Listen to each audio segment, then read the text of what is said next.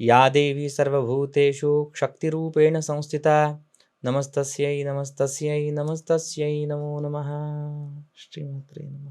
आणखी आपल्या महाराष्ट्रामध्ये एक समज असा आहे, समज म्हणण्यापेक्षा एक लोकांची आपल्या सर्वांची श्रद्धा आहे की ज्यांना आपली कुलदेवता माहिती नाहीये त्यांनी आपल्या महाराष्ट्राच्या कुलदेवतेला साकडं घालावं, तिथपर्यंत पोहोचावं आणि जगदंबा आपलं कल्याण करेल. जर कधी तुम्ही कर्नाटक साईडला गेलात तर कदम घराणं, कदम शैली, स्थापत्यशास्त्र आदी खूप त्यावेळी विस्तारलेली होती. हे सगळं हे जे राज्य होतं हे कदम आणि यादवांच्या अंतर्गत होतं. देवगिरी प्रांत हा सगळा यादवांच्या अंतर्गत होता आणि कदंब हा सगळा इथून आपल्या कर्नाटक किंवा आंध्र प्रदेश यांची सगळी तिथे सत्ता होती. त्यांची जी मुख्य देवता आहे ही आहे बनशंकरी, जी बदामीला आहे कर्नाटकामध्ये. त्याच कुळाचं प्रतिरूप किंवा त्याच कुळातली दैवत म्हणून तुळजा भवानीचं मंदिर त्यांनी तिथे स्थापत्यशास्त्रानुसार बांधलं गेलं. तशी शाक्त परंपरेमध्ये देवी उपासनेमध्ये कवळ्यांच्या माळाचं अनन्यसाधारण महत्व आहे. गळ्यामध्ये कवळ्याची माळ याच्यासाठी धारण करतात की आई जगदंबा, मी तुझ्या साधनेमध्ये माझा जो शरीर आहे, माझं जे देह आहे, मी कवडी मोल समजेल.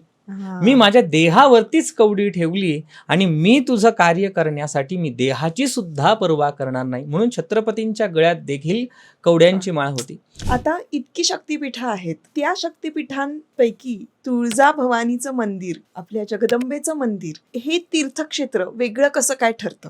नमस्कार मंडळी, मी स्मिता शिवाळे. 4ची कॉफी स्मिता बरोबर या माहितीपूर्ण सत्रामध्ये तुमच्या सगळ्यांचं खूप मनापासून स्वागत आहे. तुळजापूरची जगदंबा आई तुळजा भवानी माता, आपलं महाराष्ट्राचं कुलदैवत. आज या पॉडकास्टमध्ये आपल्या आई तुळजा भवानीचा कुळाचार कसा करायचा, ही तीर्थयात्रा करताना आपण कुठल्या गोष्टी लक्षात घेतल्या पाहिजेत आणि तंत्रशास्त्रानुसार हे स्थान का महत्त्वाचं आहे, हे सगळं आज या पॉडकास्टमध्ये सांगणार आहे. तेव्हा हा पॉडकास्ट खूप महत्त्वपूर्ण ठरणार आहे. आई तुळजाभवानींची साधना कशी करायची याबद्दलची संपूर्ण माहिती देण्यासाठी आज आपल्या स्टुडिओमध्ये मयुरेश विस्पुते गुरुजी आलेले आहेत. ते किती सुंदर माहिती देतात हे तुम्हाला आता माहिती आहे. आणि आई तुळजाभवानी संदर्भातली, तिथला जो इतिहास आहे मंदिराचा, या संदर्भातली सुद्धा ते माहिती देणार आहेत. त्यांचं स्वागत करूया. नमस्कार गुरुजी. नमस्कार. जय श्री कृष्ण. जय श्री कृष्ण. खूप बरं वाटलं परत एकदा तुम्हाला आमच्या स्टुडिओत बोलवून. मागच्या पॉडकास्टमध्ये आपण डिस्कस केलंच होतं की आपण तुळजापूरच्या आईचं, जगदंबेचं महत्त्व काय आहे किंवा कुळाचार कसा करायचा या संदर्भात आपण व्हिडिओ करणार आहोत, पॉडकास्ट करणार आहोत. तर वैदिक, तांत्रिक आणि ऐतिहासिक संदर्भ काय आहेत, आपल्या त्या स्थानाचं, तीर्थस्थानाचं महत्त्व काय आहे, त्याचा इतिहास काय आहे. कारण प्रत्येक भाविक तिथे अगदी मनोभावे पूजा करायला जातात आणि दरवर्षी आपल्या कुलदैवतेचं दर्शन घडायला हवं म्हणून जातात. पण ते खऱ्या अर्थानं त्यांचं दर्शन घडतं का किंवा तो कुळाचार योग्य आहे का, हे जाणून घ्यायचं आहे.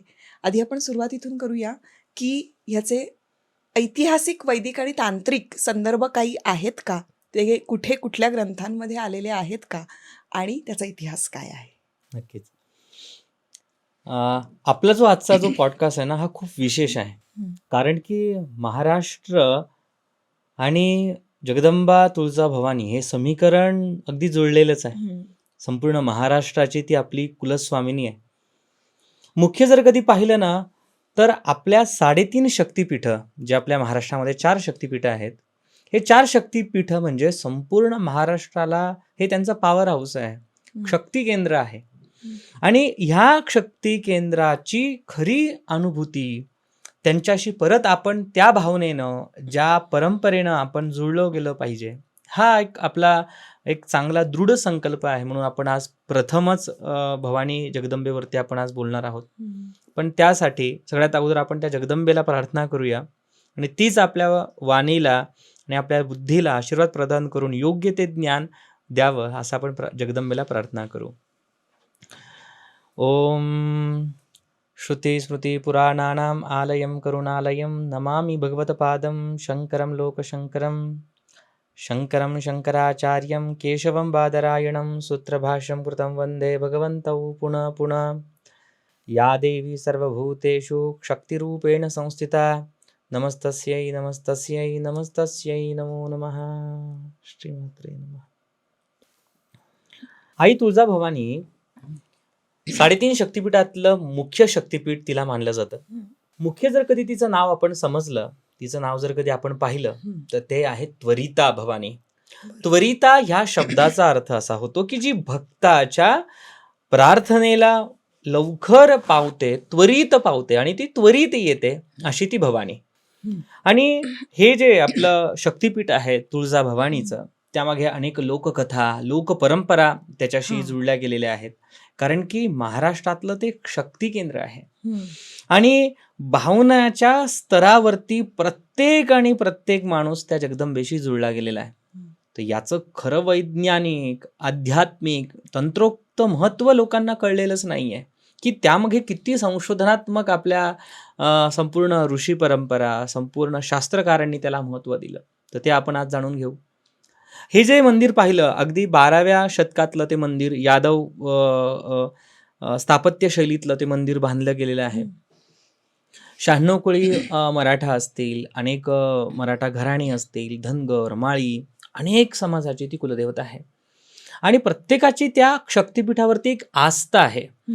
आणखी आपल्या महाराष्ट्रामध्ये एक समज असा आहे, समज म्हणण्यापेक्षा एक लोकांची, आपल्या सर्वांची श्रद्धा आहे की ज्यांना आपली कुलदेवता माहिती नाहीये त्यांनी आपल्या महाराष्ट्राच्या कुलदेवतेला साकडं घालावं, तिथपर्यंत पोहोचावं आणि जगदंबा आपलं कल्याण करेल. म्हणजे किती विस्तृतपणे आपल्याला देवीची उपासना आपल्या शास्त्रकाराने दिली आणि त्यातलंच एक मुख्य आणि प्रमुख शक्तिपीठ आपलं तुळजाभवानी. कदम घराणं आणि यादव घराणं या दोघींनी शैलीतला संबंध तिथे आढळतो. त्या घराण्यांनी ह्या देवतेला खूप जास्त त्या ठिकाणी त्यांना राजश्रय त्या जगदंबेला तिथे मिळवून दिला आणि तिथून ही सगळी लोकपरंपरा आपली सुरू झाली. ऐतिहासिक जर कधी संदर्भ पाहिला आपण तर छत्रपती शिवाजी महाराजांचे आजोबा मालोजी राजे भोसले यांची त्या देवतेवरती अनन्यसाधारण त्यांची निष्ठा होती. आणि मला आठवतं की तुम्ही स्वराज्य रक्षक जिजा माता आपली जी सिरियल होती त्यामध्ये तुम्ही उमा राणी मासाहेबांचं तुम्ही काम केलेलं आहे. तर मालोजी राजे सरकार राजेंनी जे छत्रपतींचे जे आजोबा होते त्यांची प्रचंड निष्ठा या जगदंबेवरती होती. लोकपरंपरेत कथा अशी आहे की आपल्या भवानीच्या कृपेमुळेच त्यांना राज्य मिळालं आणि त्यांनी त्या देवीचा साधना किंवा तिथला जीर्णोद्धार हा खूप जास्त केला आणि तिथून मग भोसले घराण्याला त्या देवतेचं अनुग्रह हा खूप जास्त मिळाला. तुम्ही पाहिलं असेल छत्रपती घराण्यामध्ये आई तुळजाभवानीला अनन्यसाधारण महत्व आहे की भवानी शिवाय छत्रपती ओळखल्याच जात नाही. म्हणून हे क्षेत्र ऐतिहासिक दृष्ट्या त्याला खूप जास्त महत्व आपल्याला प्राप्त झालेलं दिसतं. अनेक त्याचे संदर्भ आहे. जर कधी तुम्ही कुलार्णव तंत्र आधी जर कधी वाचलं तर त्यामध्ये एक उल्लेख येतो की कुले कुले स्थिता शक्ती ही, ज्या कुळामध्ये वेगवेगळे कुलं आहेत आणि अशा प्रत्येक कुळामध्ये ती शक्ती निवास करते. तर ह्या संपूर्ण महाराष्ट्राचं जे कुळ आहे या संपूर्ण कुळाची जी अधिष्ठात्री आहे तीच म्हणजे आपली त्वरिता भवानी म्हणजे तुळजाभवानी. आता तिचं नाव पण बघा ना, तुळजाभवानी तिचं नाव आहे. एक छान कथा सांगितली जाते. मध्यंतरी तुळजाभवानीचे जे तिथले जे आचार्य आहेत, जे तिथले बघतात, त्यांनी अनेक ठिकाणी त्याचा उल्लेख पण खूप चांगल्या पद्धतीने केला. तर एक खूप सुंदर कथा अशी होती की जगदंबेला रामवरदायिनी म्हटलेलं आहे. रामाला वरदान देणारी ती आहे की ज्यावेळी सीता मातेचा शोध सुरू होता तेव्हा प्रभू रामचंद्रांची परीक्षा पाहण्यासाठी माता पार्वतीने सीतेचं रूप घेतलं आणि जगदंबा प्रभू रामचंद्रांसमोर प्रकट झाली तिथे सीता रूपामध्ये. तेव्हा शेवटी ते परब्रह्म प्रभू रामचंद्र त्यांनी सांगितलं की तू जा आई, तू का आलीस है ना, तू जा आई. तर त्याचंच अपभ्रंश होऊन तू जा तर त्याचं तुलजा झालं, अशी कथा सांगितली जाते. आणि रामायणापासून त्या क्षेत्राला खूप जास्त महत्व प्राप्त झालेलं आहे. हा झाला आपला पौराणिक संदर्भ. आणि कदम घराणं जर कधी तुम्ही कर्नाटक साईडला गेलात तर कदम घराणं, कदम शैली, स्थापत्यशास्त्र आधी खूप त्यावेळी विस्तारलेली होती. हे सगळं हे जे राज्य होतं हे कदम आणि यादवांच्या अंतर्गत होतं. देवगिरी प्रांत हा सगळा यादवांच्या अंतर्गत होता आणि कदंब हा सगळा इथून आपल्या कर्नाटक किंवा आंध्र प्रदेश यांची सगळी तिथे सत्ता होती. तर त्यांची जी मुख्य देवता आहे ही आहे बनशंकरी. बरं. जी बदामीला आहे कर्नाटकामध्ये. हा हा आणि त्याच कुळाचं प्रतिरूप किंवा त्याच कुळातली दैवत म्हणून तुळजा भवानीचं मंदिर त्यांनी तिथे स्थापत्य शास्त्रानुसार बांधलं गेलं. हो. आणि तुम्ही स्वरूप तिचं तुम्ही बघा, महिष मर्दिनी आहे. मार्कंडीय पुराणामध्ये, देवी भागवतामध्ये, सह्याद्री खंड आदी ग्रंथामध्ये तर भवानीचं तुळजा महात्म्याविषयी खूप विस्तृत पद्धतीने आपल्याला त्याची माहिती मिळते. हम्म. आणि हा फक्त तुळजा भवानी हे फक्त महाराष्ट्रातच नाहीये. हम्म. हे तुळजा भवानीचे प्रतिरूप आणखी आपल्याला महाराष्ट्राच्या बाहेर दिसतात. हम्म. प्रथम म्हणजे काश्मीरमध्ये जे क्षीर भवानी आहे, तिला खीर भवानी म्हणतात. हे सुद्धा भवानीचं रूप आहे. बरं. आणि जे तिसरं जे आहे ते म्हणजे नेपाळचं तुळजा भवानी. अरे बाप. पहिलं महाराष्ट्राचं तुळजा भवानी, 2 नंबर काश्मीरची खीर भवानी आणि तिसरी नेपाळची तुळजा भवानी. तर ते राजघराणं ते सुद्धा कदम कुळाशी त्यांचा संबंध होता. आणि जर कधी तुम्ही क्षीर भवानीचा संबंध पाहिला, बघा आपण आता थोडंसं इतिहास सोडून आता तंत्रशास्त्राकडे आपण थोडंसं वळतो आहोत. तर जी काश्मीरची जी भवानी आहे, त्या काश्मीरच्या भवानीची कथा अशी मिळाली, तर त्यामध्ये काश्मीर रिसर्च सेंटर तिथे आहे. तर तिथे त्यांनी एक 1987 साली एक पुस्तक पब्लिकेशन केलं होतं. त्या ठिकाणी त्यांनी सांगितलं आहे की या भवानीचं नाव आहे महाराज्ञी. ही लंकेमध्ये निवास करत होती. ज्यावेळी लंकेवरती अधिपत्य प्रभू रामचंद्रांनी केलं, तर तिथे रावणाचा जो काही सगळा प्रभाग होता, ज्याचं त्याची पूजा अर्चना होती, ती सगळी त्याग करून जगदंबेला प्रभू रामचंद्रांनी आपल्या भारतामध्ये आणलं. काश्मीरमध्ये तिला स्थान दिलं आणि तिथे तिला दूध अर्पण केलं. म्हणून ती क्षीर म्हणजे दूध, ती खीर भवानी झाली. म्हणजे त्या भवानीला सुद्धा प्रभू रामचंद्रांचा संबंध तिथे मिळाला आणि आपल्या भवानीला सुद्धा प्रभू रामचंद्रांचा संदर्भ मिळाला. म्हणजे ह्या क्षेत्राला म्हणजे भवानी उपासना ही आताची नाहीये, तर ती अनादी काळापासून सुरू आहे. म्हणून ह्या क्षेत्राला तंत्र साधनेचं मुख्य पीठ आपण म्हणू शकतो. त्यावरती आपण सविस्तर बोलणारच आहोत. हो हो. पण ही तीर्थयात्रा आता बरेच जण करतात. म्हणजे तीर्थयात्रेला गेल्यानंतर आपण ती कशा पद्धतीनं परिपूर्ण करावी, तुम्ही काय सांगाल? बघा, एक आहे दर्शन, जे आपण नॉर्मल प्रत्येक जण घेतो, परंतु कुळाचार हा एक वेगळा पार्ट आहे. बरोबर. कारण की कुळाचार म्हणजे काय, विशिष्ट आचार दिलेला आहे. आपण मागील एका एपिसोडमध्ये सुद्धा सांगितलं होतं कुलदेवतेच्या, की तो तुम्हाला तिथला तो आचार विचार तुम्हाला सांभाळायचा आहे. बरोबर. तर जेव्हा तुम्ही कुलाचार करता, तर कुलाचारामध्ये मुख्य तिथे आहे, एक दिवस तिथे तुम्हाला निवास करणं गरजेचं आहे. त्या ठिकाणी असलेलं कोटी तीर्थ, कल्लोळ तीर्थ, त्या ठिकाणी तुम्हाला गोमुख तीर्थ आधीचं तिथे तुम्हाला स्नान करायचं आहे. जर कधी तुम्ही कल्लोळ तीर्थाची कथा ऐकली ना, तर तुम्हाला खूप आनंद होईल. कल्लोळ तीर्थ म्हणजे काय, जगदंबेचं संपूर्ण तीर्थांनी एकत्र होऊन तिथे प्रकट झाले आणि त्यांनी कल्लोळ केला. अच्छा. सर्व तीर्थ तिथे आहे, सर्व तीर्थ समन्विता, संपूर्ण तीर्थ तिच्या ठाई आहे. संपूर्ण तीर्थांनी तिथे कल्लोळ केला आणि त्या कल्लोळ तीर्थाचं स्नान हे प्रधान सांगितलेलं आहे. गोमुख तीर्थ तिथे आहेच, तर त्या तीर्थाचं तुम्ही तिथे स्नान करणं किंवा त्याचं आचमन करून मग नंतर तुम्हाला देवीचं दर्शन घ्यायचं आहे. देवीचं रूप तुम्ही पाहिलं असेल तर अगदी सिंहासनावरती जगदंबा आरूढ आहे, अशी दुरून तुम्हाला अंधुक तिचं स्वरूप दिसतं. मुख्य तिचं मूळ स्वरूप महिष मर्दिनी आहे. महिषासुराला ती मारते आहे, ती जगदंबा तिचं स्वरूप आहे. तर कल्लोळ तीर्थाचं स्नान आधी करून तुम्हाला जगदंबेचं दर्शन करायचं आहे. दर्शन केल्यानंतर आवारामध्ये जे काही तीर्थक्षेत्र आहे, जिथे नरसिंह भगवान, विश्वेश्वर यांचं दर्शन करायचं आहे. आणि तुळजापुरामध्ये महत्वाचा आहे तो आहे जोगवा. आपण जातो तो तिथे जोगवा, आईचा जोगवा मागेन.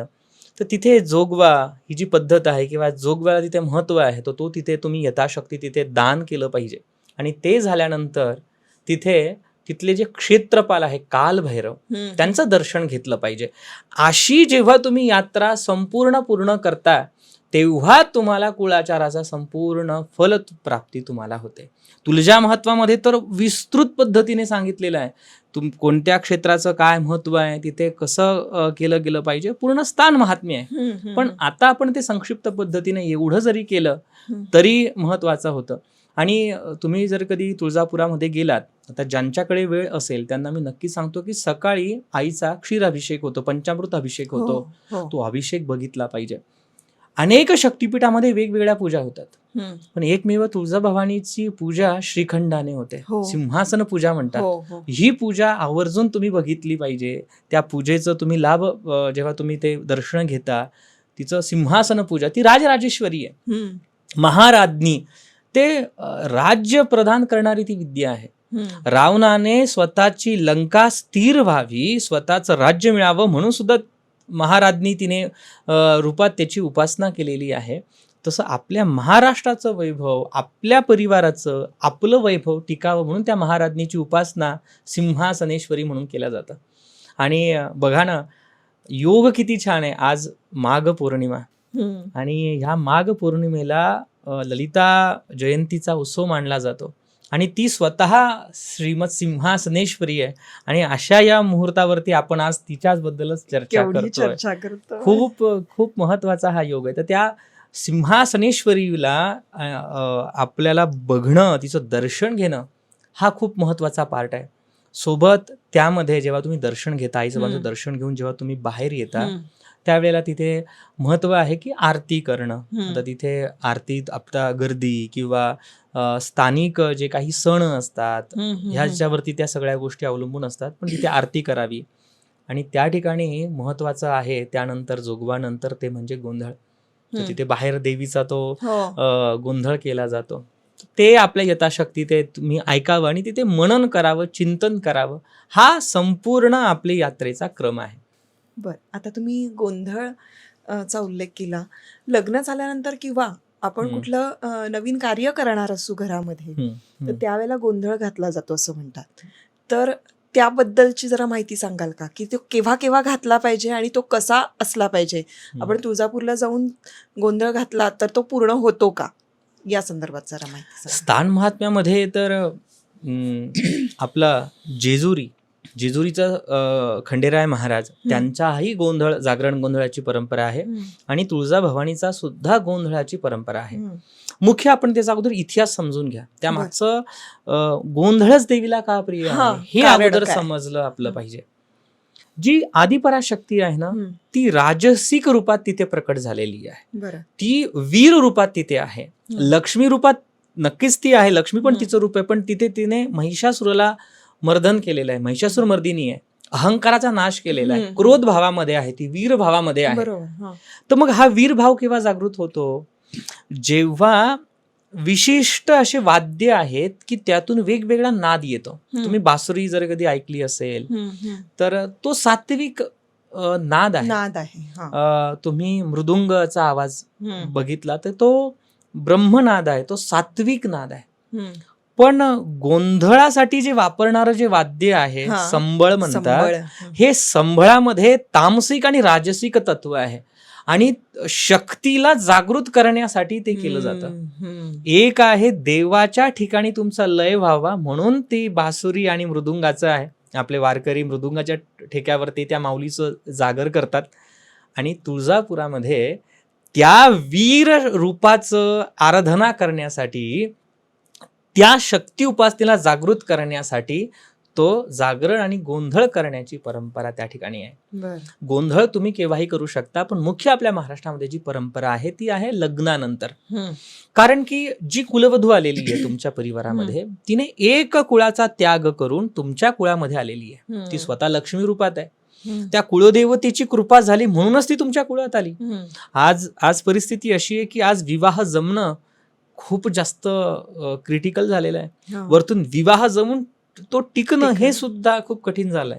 मग अशा वेळी तुमचं ज्या कुळाची जी ऊर्जा आहे, ज्या कुळाला तुम्हाला पुढे वंश पुढे चालवायचा आहे, वंश म्हणजे त्या कुळाची वृद्धी झाली पाहिजे, हम्म. हम्म. त्या कुळाला संरक्षण मिळालं पाहिजे. मग अशा या कुळाच्या वृद्धी कारक असणाऱ्या त्या कुळदेवतेचा जागर अत्यंत महत्वाचा आहे. तिच्याच कृपेने ते सर्व झालंय. म्हणून बरोबर. केव्हाही लग्नानंतर आपण जागरण गोंधळ ज्यांच्या घरामध्ये परंपरा असेल ती नक्कीच सांभाळली गेली पाहिजे. आणि ही आपली परंपरा आहे. ही आपली लोकसंस्कृती आहे, तिला तुम्ही डावलून कसं चालेल? तर ते नक्की केलं पाहिजे. आणि यथाशक्ती तिथे काळाचा गर्दी आदी या सगळ्या गोष्टीचा विचार करून यथाशक्ती जे काही तुमच्याकडून संभव होतं बरोबर. ते तुम्ही तिथे केलं गेलं पाहिजे. आई जगदंबेनी छत्रपती शिवाजी महाराजांना जी तलवार दिली होती त्यामागचा इतिहास आणि त्याचा ग्रंथांमध्ये काही संदर्भ आहे का किंवा कथा काही आहेत का? भवानी तलवार. हां. आपल्या इतिहासामध्ये अनेक गोष्टी किंवा ऐतिहासिक संदर्भामध्ये मतमतांतर असू शकतात, बरोबर. परंतु मराठा घराण्यातली जी बखर आहे त्यामध्ये अनेक ठिकाणी आपल्याला ऐतिहासिक संदर्भ सापडतात की मराठा राजसत्तेला राजाश्रय देण्याचं मुख्य कार्य या भवानीनेच केलं, असा अनेक ठिकाणी आपल्याला संदर्भ आढळतो. भवानी तलवाराची जी परंपरा जी आपल्याला सर्वप्रथम जी आढळली ती आहे भोसले घराण्याच्या बखरी ह्या ग्रंथातून आपल्याला सगळ्यात अगोदर पहिला संदर्भ सापडतो की त्यामध्ये ते वर्णन केलेलं आहे.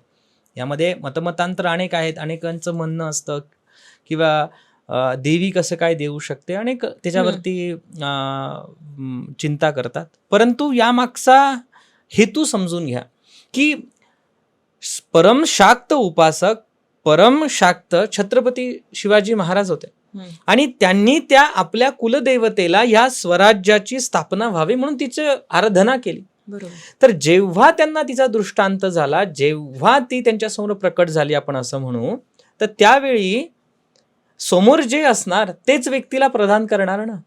तर त्यावेळी आई साहेबांनी ती जी तलवार आहे ती जगदंबेने छत्रपतींना प्रदान केली आणि मी तुझ्या तलवारीमध्येच निवास करेल म्हणून त्या भवानी म्हणजे जसं त्या महिषासुराचा वध जगदंबेने केला तसं मी तुझ्या तलवारामध्ये तुझ्यासोबत राहून ह्या सत्तेच्या स्थापनेसाठी, या हिंदवी स्वराज्याच्या स्थापनेसाठी तुझ्या तलवारात निवास करेल असा त्यांना आशीर्वाद दिला.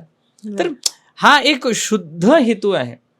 प्रत्येक महाराष्ट्राचं मुख्य दैवत छत्रपती आहे आणि ज्या छत्रपतींचं ती दैवत आहे त्यांना त्याच्यावरती निश्चितच त्यांची कृपा होती आणि आहे. बरोबर. आणि आई तुळजाभवानीच्या कवड्या म्हणजे असं म्हटलं जातं की ती सारीपाट खेळायची आणि त्याच्या कवड्या आहेत, त्याचं पण खूप महत्व आहे. त्या संदर्भात थोडक्यात सांगा. आपल्या महाराष्ट्रामध्ये वारकरी परंपरा जर कधी तुम्ही पाहिली तर वारकरींच्या प्रत्येकाच्या गळ्यामध्ये तुळशी माळ ही अत्यंत महत्वाची आहे. तशी शाक्त परंपरेमध्ये देवी उपासनेमध्ये कवळ्यांच्या माळाचं अनन्यसाधारण महत्व आहे. की गळ्यामध्ये कवळ्याची माळ याच्यासाठी धारण करतात की आई जगदंबा, मी तुझ्या साधनेमध्ये माझा जो शरीर आहे, माझं जे देह आहे, मी कवडी मोल समजेल, मी माझ्या देहावरतीच कवडी ठेवली आणि मी तुझं कार्य करण्यासाठी मी देहाची सुद्धा पर्वा करणार नाही म्हणून छत्रपतींच्या गळ्यात देखील कवड्यांची माळ होती. जेव्हा शारीरिक आसक्ती तयार होते त्यावेळी संकल्पपूर्ती नाही होत. आज छत्रपतींच्या ते तत्व सर्व मावळ्यांनी आपल्या गळ्यामध्ये धारण केलं म्हणून त्यांचं कार्यासाठी त्यांनी जीवाची सुद्धा त्यांनी बाजी लावली. हे समजण्यासाठी त्यांनी मला प्रत्येक वेळी त्याची जाणीव व्हावी म्हणून गळ्यामध्ये कवड्यांची माळ. माझ्यासोबत भगवंत आहे याची जाणीव करण्यासाठी जाणवं, माझा शरीर मी नैवेद्यासारखा परमेश्वराला अर्पण केला, त्या पांडुरंगाला अर्पण केला म्हणून गळ्यामध्ये तुळशी माळ आणि हा देह मी त्या आदिपराशक्तीला माझ्या विशेष संकल्पासाठी प्रदान केला याची आठवण देणारी ती कवड्यांची माळ. नक्कीच त्याला ज्योतिषशास्त्रीय वेगळं महत्व आहे, लक्ष्मीकारक आहे, पण तो एक वेगळा पार्ट. आज आपण त्याचं स्वरूप तसं का नाही करू शकत? आज मी संपूर्ण तरुण विद्यार्थ्यांना, सगळ्या मुलांना मी तेच सांगतो की आज काळाची गरज वेगळी आहे. आज तुम्ही जेव्हा तुमच्या ध्येयाची पूर्ती करता तर तुम्ही का संकल्प करू शकत नाही की माझ्याकडे जर कधी कवड्याची माळ आहे, मला जर कधी एखाद्या मोठ्या पदावरती जायचं तर मी माझ्या देहाचा सुद्धा विचार करणार नाही, हाही संकल्प असू शकतो. तर संकल्पाला प्रत्येक वेळी स्मरण करून देण्यासाठी आपल्या शास्त्रामध्ये त्या परंपरा, लोकपरंपरा सुरू झाल्यात. वा वा, खूप छान पद्धतीनं सांगितलं हे तुम्ही. कारण मला खूप वर्ष हा प्रश्न पडायचा आणि आज मला कळलं की काय आहे. कारण मी हे गेल्यानंतर आपण फक्त वातावरण बघतो, त्या वातावरणाचं जे पॉझिटिव्ह व्हायब्रेशन्स असतात ते आपण फील करतो आणि येतो तिथून, पण त्याच्या मागे पण काहीतरी म्हणणं आहे, खूप म्हणणं आहे खरं तर ते जाणून घेणं खूप महत्त्वाचं आहे. अगदीच. आता इतकी शक्तिपीठं आहेत, त्या शक्तिपीठांपैकी पैकी तुळजाभवानीचं मंदिर, आपल्या जगदंबेचं मंदिर हे हे तीर्थक्षेत्र वेगळं कसं काय ठरतं? खूपच छान प्रश्न. आता आपण मंदिर निर्माण शास्त्राच्या बाजूने पण विचार करू, वैदिक परंपरेच्या दृष्टिकोनातून विचार करू आणि तंत्र परंपरेतून सुद्धा विचार करू आणि मग नंतर लोकपरंपरा. मंदिर निर्माण शास्त्रामध्ये जर कधी तुम्ही त्या जागेचं लोकेशन पाहिलं, ज्या डोंगरावरती ज्या टेकडीवरती जगदंबेचं मंदिर बांधलेलं आहे, त्या काळामध्ये कोणतीही साधनं नसताना अगदी शुद्ध दिशेचा विचार करून ते मंदिर बांधल्या गेलेलं आहे. कोणताही कंपास, कोणतंही काहीच नसताना ते मंदिर स्थापत्य शैलीचं उत्तम उदाहरण म्हणजे तुळजापूरचं मंदिर आहे. वास्तुशास्त्रातील जे काही मंदिर निर्माण आगमशास्त्र आहे त्याच्या प्रत्येक गोष्टीचा विचार करून ते मंदिर तिथे बरोबर टेकडीवरती बांधल्या गेलेलं आहे. वास्तुशास्त्राचा उत्तम नमुना आपलं तुळजाभवानीचं मंदिर आहे.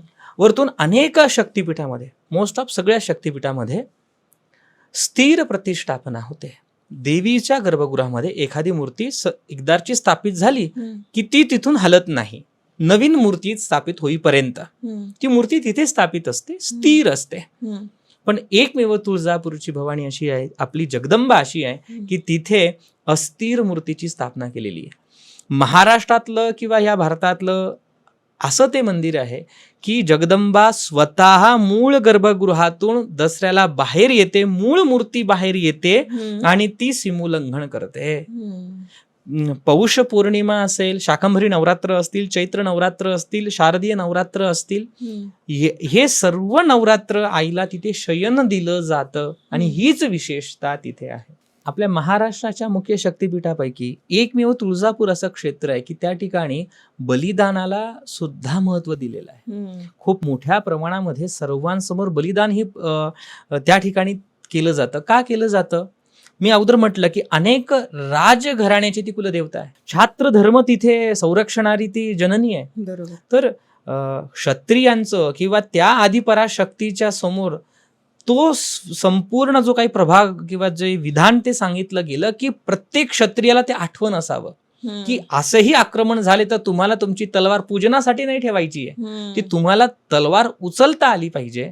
यासाठी तिथे बलिदाना तिथे केलं जातं. आता याच्यामध्ये अनेक टीका टिप्पणी होते, पण हा लोकपरंपरेचा भाग आहे. आणि ती बलिदान तुम्ही जर कधी पाहिलं, आईसाहेबांचं देऊळ आहे, देऊळच्या बाहेर यज्ञ मंडप आहे आणि यज्ञ मंडपाच्या बरोबर खाली तुम्हाला भैरवाचं स्थान दिसतं. अजूनही तिथे आहे. मुख्य बली त्या भैरवाला आहे, ना की त्या देवीला. त्या ठिकाणी त्या रक्तभैरवांना ते रक्त अर्पित केलं जातं आणि मग नंतर ती सगळी ते एक लोकाचाराची ती पद्धत आहे. म्हणून अन्य सर्व शक्तिपीठापैकी तुम्हाला त्या शक्तिपीठाचं विशेष महत्व आहे. आणि अजून तुम्हाला सांगतो, आई तुळजाभवानी म्हणजे त्वरिता भवानी ही योग शक्तीची जननी आहे. तुम्ही जर कधी तिचा मूल विग्रह पाहिला, आता मार्कंडेय ऋषी तिथे साधना करतायत असं तिथे दाखवलेलं आहे. मूर्तीच्या शेजारी चंद्र, सूर्य आदी तिथे दिसतं आपल्याला. योग साधनेची ती मुख्य म्हणजे राजसत्ता आणि योग साधना मध्ये जी जननी आहे ती आपली त्वरिता भवानी आहे. तुम्ही पाहिलं असेल की जेव्हा जगदंबेची आराधना होते, आरती होते, विशिष्ट संभळ वाचतो, तर ती ऊर्जा माणसाच्या कुंडलिनीवरती सर्वप्रथम आघात करणं सुरू करून देते. शब्द बघा ना तुम्ही, देवीचं नाव काय आहे? भवानी. आणि अनेक वेळा तुम्ही तिथे गेला तर अनेक लोकांना संचार वगैरे तुम्हाला दिसतो. हो, मी तेही विचारणार होते की हा शक्ती संचार सुद्धा होतो, तर त्याचं पण काही सायंटिफिक कारण आहे का? आता हा एक वेगळा भाव आहे, पण अगोदर त्याच्याबद्दल आपण समजून घेऊया की ज्यावेळी तुम्ही जगदंबेची साधना करतात तिथे ते संभळ वाजतंय. संभळ काय? एक प्रकारची शरीराला मिळालेली लय आहे. त्या लयामध्ये तुमचं शरीर आणि त्या संबळाच्या लयमध्ये तुमचं त्या लयामध्ये तुमचं शरीर बरोबर मॅच होतं. आणि सगळ्यात अगोदर योग साधनेमध्ये सांगितलंय की अष्टभाव जागृती.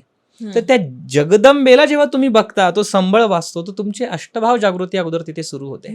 तुमचं शरीर तिथे त्या सगळ्या भावनेच्या पलीकडे तुमचं शरीर जातं, तुमचे अष्टभाव जागृत होतात, तुम्हाला रडायला येतं, तुम्ही हसता, तुम्हाला एक वेगळी ऊर्जा मिळते त्या शक्तीला पाहता क्षणी. आणि जगदंबेचं मूळ ती आदिपराशक्ती आहे, ती मूळ शक्तीचं स्थान आहे. मग जेव्हा त्या शक्तीच्या तुम्ही समोर जाता तेव्हा तुमच्या शरीरातली शक्ती जागृत होणारच आहे. पण हे एकदम सर्वसामान्य लोकांना होतं अशातला तो काही भाग नाहीये. शक्ती क्रियेमध्ये 3 मुख्य प्रकार सांगितलेले आहे. एक आहे सौम्य क्रिया, एक आहे मध्यम क्रिया, तिसरी आहे तीव्र क्रिया. सौम्य क्रिया म्हणजे काय? संभळ वाचतो, तुम्ही देवी समोर जातात, तुम्हाला रडायला येतं, तुमच्या अंगाला शहारे येतात, काटे येतात, तुम्हाला खूप आतून भरून येतं. हे काय झालं? सौम्य क्रिया तुमच्यासोबत घडली, कारण की त्या शक्तीशी तुम्ही मॅच झालात. बरोबर. नंतरची जी क्रिया आहे ती आहे मध्यम क्रिया. अगदी सहज तुमची मान डोलायला लागते, शरीर थोडंसं डोलायला लागतं. आज हरिनामामध्ये सुद्धा माणूस डोलतोच की. तो पांडुरंग जर कधी डोलतो त्या भजनामध्ये, तर ती जगदंबा का नाही डोलणार? तो आनंद आपल्या आत्म्याला मिळालेला असतो, तो आनंद शरीराला नाही मिळत, त्या आत्म्याला मिळतो. आणि ते तुमचं जो काही मन असतं ते एका लयामध्ये एक डुलू लागतं. ती आहे मध्यम क्रिया. तिसरी जी क्रिया आहे त्या क्रियेला सांगितलं जातं तीव्र क्रिया. यामध्ये शरीर अगदी त्या थरकाप होतो, शरीरामध्ये वेगळा शक्ती संचार होतो आणि काही क्षणामध्ये ते तुम्हाला ते जाणवायला सुरू होतं.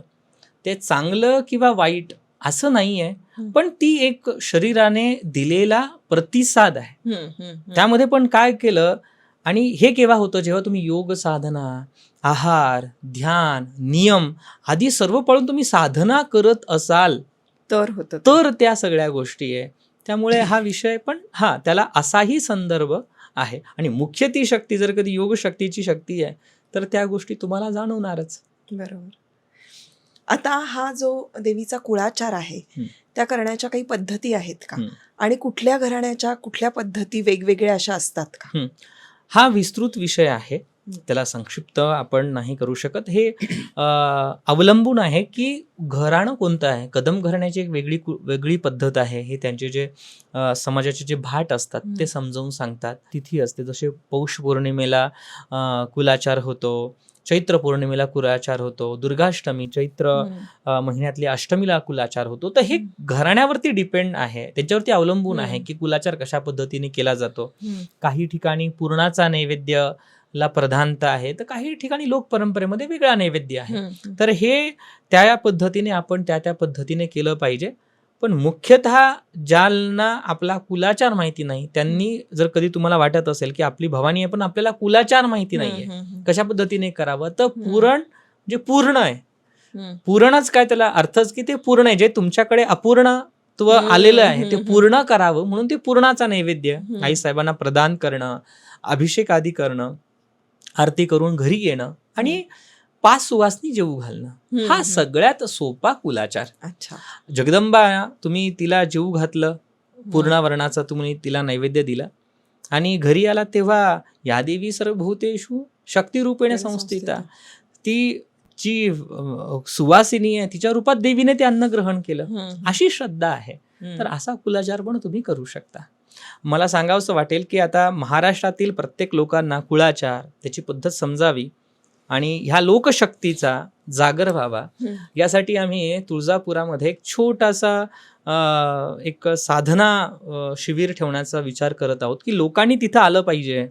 देवीचा अभिषेक कसा होतो, हवन कशा पद्धतीनं, अग्निकार्य महोत्सव आहे की अग्निकार्य देवीला त्याची प्रीती आहे, तर ते हवन त्यांचं दर्शन व्हावं आणि आपण आपला कुळाचार समजून घ्यावा. सोबत सामूहिक जागरण गोंधळ की कशा पद्धतीने खरं रीतीने गोंधळ कसा केला पाहिजे याचं नॉलेज व्हावं, म्हणून आपण तुळजापुरामध्ये आता लवकरच त्याचं आयोजन करणार आहोत. तर त्या ठिकाणी येऊन तुम्ही बघू शकता. पण हे कधी होणार आहे? साधारण आपण तारीख जी आहे ही आहे 1 मार्चच्या दिवशी, 2026. 1 मार्चला तुळजापुरामध्ये त्याचं जे काही लोकेशन आहे हे आपण सगळं सांगूया. तर त्या ठिकाणी पूर्ण वेळ ठरल्यानंतर आपण डिस्क्रिप्शन मध्ये ती माहिती देऊन ठेवू. तर तसा कुलाचार तुम्ही समजून त्या पद्धतीने जर कधी केलं तर तुम्हाला त्या जगदंबेची कृपा भेटणं काहीच कठीण नाही होत. खूपच छान माहिती सांगितली आहे तुम्ही. आता बऱ्याचदा काय होतं की आपल्या देशातली बरीचशी मंडळी विदेशामध्ये आता स्थायिक झालेली आहेत, पण त्यांची कुलदैवता तुळजाभवानी आई आहे, त्यामुळे दरवर्षी येणं त्यांच्यासाठी शक्य नाही. बरोबर. मग त्यांनी काय करावं, म्हणजे त्यांनी उपासना कशी करावी, कुळाचार कसा करावा? आपण महाराष्ट्राच्या बाहेर जरी गेलो किंवा भारताबाहेर जरी गेलो तरी आपली कुलदेवता ही आपली पाठीराखाच आहे, ती आपलं रक्षणच करणारी आहे. पण काळाचा महिमा असा आहे की आपण आपल्या व्यवसायासाठी, आपल्या रोजीरोटीसाठी आपण विदेशात आपण निवास करतो, पण तिथे त्या सगळ्या गोष्टी शक्य होत नाही. तर मी त्यांना सगळं सांगतो की तुम्ही जेव्हाही भारतामध्ये येणार 2 वर्ष 5 वर्ष, तर तेव्हा मात्र तुम्ही आईसाहेबांचं दर्शन व्यवस्थित पद्धतीने घेतलं पाहिजे आणि याचा तुम्हाला परिणाम त्वरितच मिळतो. बघा ना, नाव काय, त्वरिता भवानी. मी तुम्हाला एक उदाहरण सांगतो. माझे अगदी जवळचे परिचयाचेच यजमान आहेत. ते विदेशातच राहतात, पण कालांतराने परिस्थिती अशी आली की त्यांचा जो मुलगा त्याचं साधारण 18-20 वर्ष त्याचं वय असावं, त्या मुलाला काहीतरी त्याच्या आयुष्यामध्ये काहीतरी घडलं. तो तिथेच लहानाचा मोठा झाला, पण त्याच्या मनामध्ये सदैव एकच विचार यायचा की मला आत्महत्या करायची आहे, मला मरायचं आहे. तिथे तर सायकॅट्रिस्ट वगैरे तुम्हाला तिथे कमी नाही आहे, त्या सगळ्या थेरपी वगैरे, पण तरी पण त्या मुलाने 2 वेळा अटेम्प्ट करून तो मुलगा म्हणजे वाचला जगदंबेच्या कृपेने. पण त्याच्या मनामध्ये तेच विचार येत होते. जेव्हा त्यांना हा विषय कळला, जेव्हा त्यांनी माझ्याशी संपर्क केला, तेव्हा समजलं की त्यांचा कुलाचार डिस्टर्ब होतोय, तो त्यांच्याकडनं झाला आणि किंबहुना त्यांना कुलदेवता माहिती नाही. मग त्यांच्या परिचयाचे जे होते त्यांच्याकडून किंवा ते त्यांनी बरोबर संपर्क करून व्यवस्थित विधी विधान करून कुलाचार त्यांच्याकडनं करवून घेतला आणि नंतर त्या देवीचं जो काही स्वरूप होतं हे त्यांच्यापर्यंत पाठवलं आणि त्यांनी तिथे फक्त दिवा लावून तिची नामस्मरण प्रार्थना त्यांनी केली. शुक्रवार असेल, मंगळवार असेल, महिन्यातली पौर्णिमा असेल, अगदी तेवढं आईसाहेबांसमोर केलं आणि जगदंबेचा आशीर्वाद किंवा तो काय योगायोग हे परमेश्वराला माहिती, तो मुलगा हळूहळू त्याच्या त्या सगळ्या सायकिक प्रॉब्लेम पासून तो बाहेर निघाला. त्या ती वेळ तेवढी शक्य होत नाही, किंबहुना अशी परिस्थिती असते की काही ठिकाणी परिवारामध्ये ह्या गोष्टीला मान्यता पण येत नाही. शेवटी ते भारताबाहेर गेले, तर महिलांना इच्छा असते करण्याची, पण परिवार त्या गोष्टीला सपोर्ट नाही करत आणि त्यांना ते दैवयोगाने त्या गोष्टी भोगाव्या लागतात. म्हणून असंही आहे की जर कधी तुमची परिस्थिती तशी नसेल, तुम्ही अगदी 7 समुद्रापलीकडे असाल, तर त्या जगदंबेची उपासना जर कधी तुम्ही त्या ठिकाणी करत असाल तर ती त्वरित आहे. तंत्रशास्त्रामध्ये प्रपंचसार ग्रंथामध्ये तर इतकं विस्तृत सांगितलेलं आहे आदी जगद्गुरु शंकराचार्यांनी की जी त्वरित फल देते, त्वरिता, तिची अनेक साधना पद्धती सांगितलेल्या आहे की जिला क्षणमात्रामध्ये जी तुमच्या समोर प्रकट होते ती त्वरिता भवानी. नाव किती सुंदर आहे ना, भवानी. म्हणजे भव म्हणजे काय, विश्व आहे. या विश्वातून तारण्यासाठी जी समर्थ आहे ती म्हणजे भवानी. आणि जेव्हा तुम्ही ह्या आपला प्रत्येक माणसाचं एक विश्व असतं, माझा भाऊ, माझे वडील, माझी आई, माझे पती, आपलं हे विश्व आहे, माझी मुलं. पण जेव्हा तुम्ही ह्या विश्वातून, ह्या भवातून एक काही क्षणासाठी त्या भवानी जवळ जाता, तेव्हा ती भवानी तुम्हाला ह्या भवातून पार करते. हे स्वरूप म्हणजे त्या भवानीचं आहे. म्हणून ह्या त्वरितेची साधना, त्वरित फलदायी ठरणारी ती जगदंबा, त्याची आपण उपासना कुठेही आणि व्यवस्थित पद्धतीने करू शकतो. किती छान सांगितलं, खूप मस्त मार्गदर्शन केलं तुम्ही. आणि आता शेवटी गोल्डन टिप.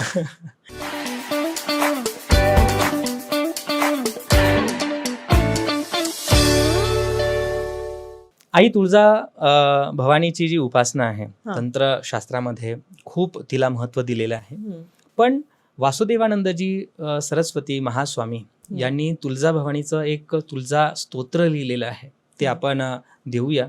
त्याचा पाठ तुम्ही अवश्य करावा. कारण की स्वामी महाराजांनी जे स्तोत्र लिहिलेलं आहे त्यांनी त्या जगदंबेचं स्वरूपच पाहिलेलं आहे. तर त्या स्तोत्राचं तुम्ही पाठ करणं अत्यंत आवश्यक आहे. त्या स्तोत्राचं तुम्ही पाठ करावा. सोबत श्री त्वरिता भवानी नमः या महामंत्राचा जप तुम्ही अवश्य करू शकता. त्वरिता शब्दच प्रत्येक गोष्टीचं उत्तर आहे, म्हणून त्वरिता भवानी नमः या नाम मंत्राचा तुम्ही जप करावा. तुमची ती कुलदेवता असेल, तुमच्याकडे कुलदेवतेचा टाक असेल, नसेल तो तुम्ही व्यवस्थित बनवून घ्या. पण नसेल तरी दीप आराधना, त्या ज्योतीमध्ये, त्या दिव्याच्या ज्योतीमध्ये, त्या प्रकाशामध्ये भगवतीला बघून त्या नाममंत्राचा जप केला तर त्वरित ती फलदायी आहे आणि ते आयुष्य आपलं परिवर्तन करते. हे मात्र सत्य. वा वा, खूप छान. हा मंत्र आम्हाला सांगितलात, एवढी छान गोल्डन टिप दिली मी स्वतः दरवर्षी तुळजाभवानी मातेचं दर्शन घ्यायला जाते, तिचे आशीर्वाद घ्यायला जाते. सुंदर. यावर्षी सुद्धा गेले होते. पण एवढी माहिती मला नव्हती, जी मला आज या पॉडकास्टमधून कळली.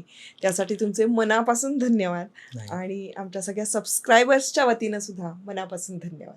खूप खूप धन्यवाद. आणि मी तुम्हा सर्वांना विनंती करतो की आपलं महाराष्ट्राचं कुळदैवत, आपल्या महाराष्ट्रामध्ये इतके काही दिव्य क्षेत्र आहे, 3.5 शक्तिपीठं आहेत. तुम्ही तिथपर्यंत पोहोचलात तर मला नाही वाटत की तुम्हाला कुठे काही जाण्याची गरज पडेल. आपलं सायन्ससुद्धा सांगतं की प्रत्येकाचा एक DNA संरचना खूप वेगळी आहे आणि त्याच्या स्वभावाच्या, त्या DNA संरचनेशी खूप मिळता जुळता संबंध आहे. वडील जसे झोपणार तसाच मुलगा झोपतो. जसं त्यांच्यातला जो बदल आहे DNA संरचनेवरतीच आहे. बरोबर. आणि आपल्या विचारांचा, आपल्या स्वभावाचा सुद्धा DNA वरती इफेक्ट होतो. होतोच. बरेच लोक सांगतात ना की याचे वडीलच असे आहेत म्हणून हा असा आहे. तो पॅटर्न तोच आहे. बरोबर. पण जेव्हा तुम्ही ह्या शक्तीच्या सामर्थ्याच्या वलयामध्ये येतात तेव्हा तो तुमची DNAचा जो संरचना आहे ती संरचना ॲटोमॅटिकला चेंज होते. कारण की तुम्ही त्या कुळाच्या शक्तीला हे करतायत. आईला डिप्रेशन आलं, आईचं आयुष्य त्याच्यामध्ये खराब झालं, मुलींनाही तोच पॅटर्न त्यांच्या लाईफमध्ये सुरू होतो. विचार तेच त्यांच्या लाईफमध्ये येतात का? DNA ठरलेले आहे. म्हणून अशा शक्तीची आराधना जर कधी तुम्ही केली तर मला तरी असं वाटतं की तुम्हाला अन्यत्र कुठे जाण्याची गरज नाही. आपला महाराष्ट्र सुजलाम सुफलाम आध्यात्मिक रित्या सुद्धा आहे. आपण त्या क्षेत्री जावं आणि दर्शन घ्यावं. वा वा वा वा. आणि तुम्ही इतकी छान माहिती दिली तुळजापूरच्या आईची आणि या मंदिराचा इतका छान इतिहास सांगितला जो की आम्हाला माहीत नव्हता. अशा अनेक मंदिरांचे इतिहास गुरुजींना खूप छान माहिती आहेत आणि आम्ही वेगवेगळ्या मंदिरांमध्ये जाऊन दोघांनी मिळून तिथे काही तिथली माहिती, तिथला इतिहास आणि तिथे आराधना कशी करायची, उपासना कशी करायची या संदर्भातली सखोल माहिती देणारा त्या तीर्थस्थळी जाऊन व्हिडिओ करायचा आमचा मानस आहे. जर का तुम्हाला अशा पद्धतीचे व्हिडिओज बघायचे असतील तर प्लीज कमेंटमध्ये सांगा, म्हणजे आम्हाला कळेल की आम्ही हे करायचं की नाही करायचं. आणि 1 मार्चला तुळजापूरमध्ये जो यज्ञ होणार आहे तिथे जितके भाविक शक्य आहे तिथे उपस्थित राहा, कारण स्वतः गुरुजी तिथे असणार आहेत आणि ते आपल्याला कुळाचार कसा करायचा या संदर्भात वर्कशॉप म्हणा, तो वर्कशॉप असणार आहे, ते आपल्याला सांगणार आहेत. कारण आपण वर्षानुवर्ष ज्या गोष्टी करतो त्या योग्य आहेत की नाही हे पडताळून पाहणं फार गरजेचं आहे, तर त्याचं आपल्याला फळ मिळतं. तर त्यामुळे मला असं वाटतं की गुरुजी स्वतः तिथे असतील, त्यांचं दर्शन तुम्हाला घेता येईल, तुळजाभवानीचं दर्शन घेता येईल आणि आपले कुळाचार छान पद्धतीनं समजून घेता येतील. त्या यज्ञ झाल्यानंतर ओटी कशी भरायची इथपासून सगळं ते सांगणार आहेत. तेव्हा खूप महत्त्वाचा असा तो त्यांनी प्रोग्राम आखलेला आहे. मी तिथे उपस्थिती लावण्याचा प्रयत्न करणार आहे. तेव्हा तुम्ही सुद्धा नक्की या. धन्यवाद.